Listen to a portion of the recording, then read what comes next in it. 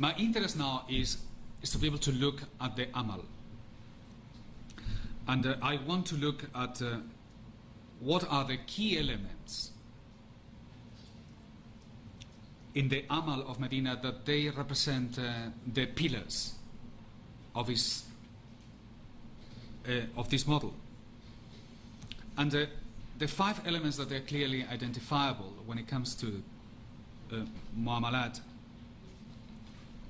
and in particular those aspects that relate to trading in mu'amalat, are 5. The first one is the dinar and the dirham. Now, when we say dinar and dirham, we are not saying gold and silver. What we are saying is freely chosen currency. So the Islamic principle behind Sharia currency is the fact that you are free to choose. Again, freedom before any conceptual representation of money. The response to the economic theories of what money is that I do not care. What matters is freedom. Okay? And that is unnegotiable. The second aspect is the marketplace.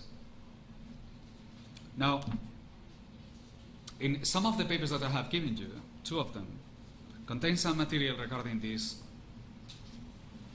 aspect of the marketplace.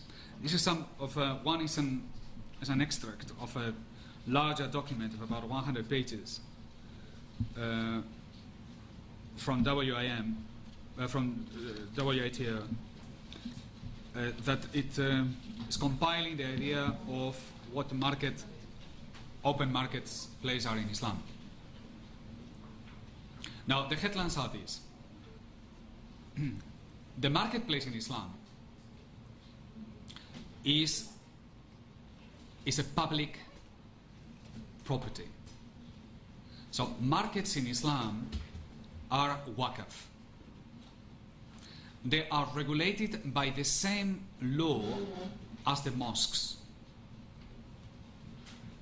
So the marketplace in Islam, throughout the history, they were open to the public, and they had never, in 1,400 years of our history, been privatized. It's only in the last 40 years, and more in particular in the last 25 years, and in Malaysia probably in the last 10 years, that these marketplaces have become privatized. So you have things like Carrefour and Tesco appearing everywhere now. If you look at the amal, you will find that Rasul Sallallahu Alaihi Wasallam, when he was in Medina, he built a mosque and he built a market.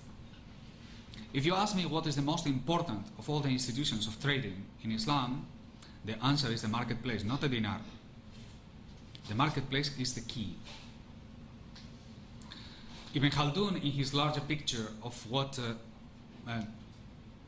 markets is and what societies are, he came to the conclusion that a city which doesn't have a marketplace is not yet a city, it's a settlement.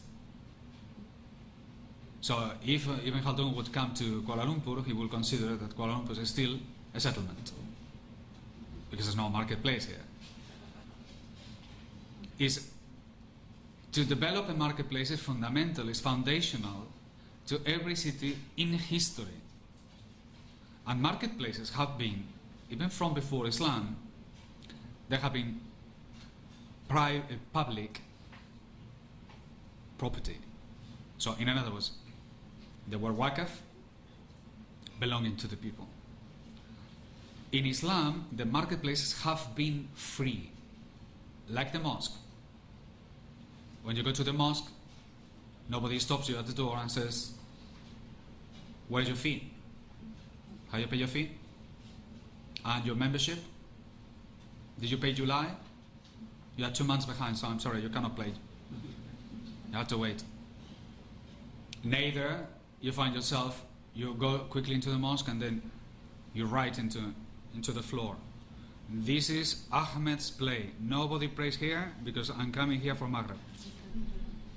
You cannot do that. Neither can you do that in the marketplace. One of the things that Omar ibn al-Khattab was known for doing is that he will go to the marketplace, and if he will see anybody making markings of something of the kind, he will take it off. And we know of the case of somebody putting a jug, and he took the jug and broke it and threw it away. And in another case, he heard about somebody who had nailed the tent into the marketplace, and he ordered to take the tent and burn it.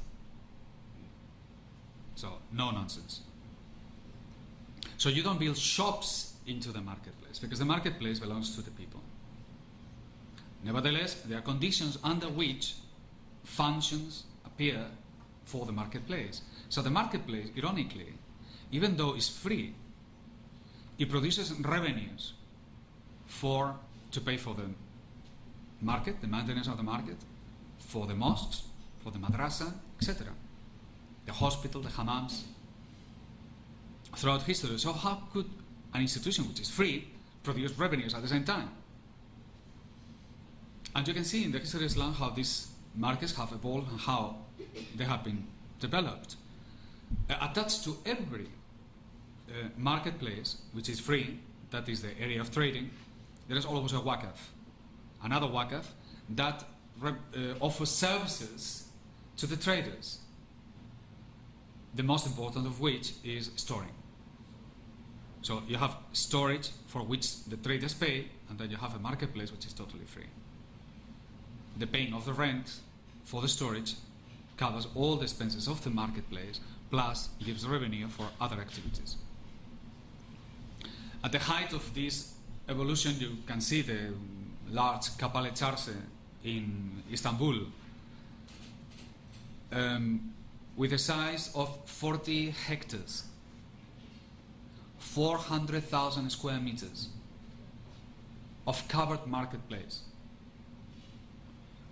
looking like a palace, an istana, with 23 caravanserais. That means places that they were like hotels with trading area for 23 caravanserais at a given time. So 23 caravans could come to the market of Istanbul in one single day. And they had, of course, many other offerings, from hammams to hotels to parking to storage of different kind, of different degrees, according to the value of the goods and the quality of the goods and etc. And all that created revenues sufficient to maintain for the marketplace and pay for other services in the community. What is important here is this. If you look at the interacting, how the money flows in an environment where the supermarkets have taken over, like for example advanced societies like Britain, where the 5 largest supermarkets, they control 2/3 of all retailing. Tesco, Adda, Sainsbury and so on, I don't remember the names. They control 2/3 of all retailing. In Switzerland, one supermarket, Migros, controls 55% of all retailing. Malaysia is just in the Wawasan Duapolo vision. We're just catching up with them, you know. And but something which has never happened before is that now there are societies in Britain against Tesco, just at the same time that the Kelantanese are celebrating that they have a new Tesco. And some of these studies I have included in one of these documents. I think it's the one called the Open Market of Kuala Lumpur.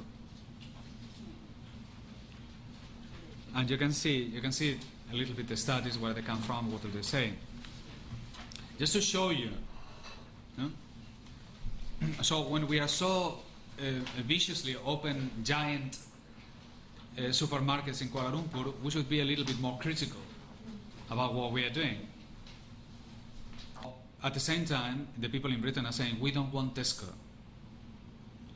In the United States, there are societies dedicated to abolish Walmart And there are university studies now that prove that after 5 years of a Walmart being open in a community, the level of income of that community, the standards of living, has lowered.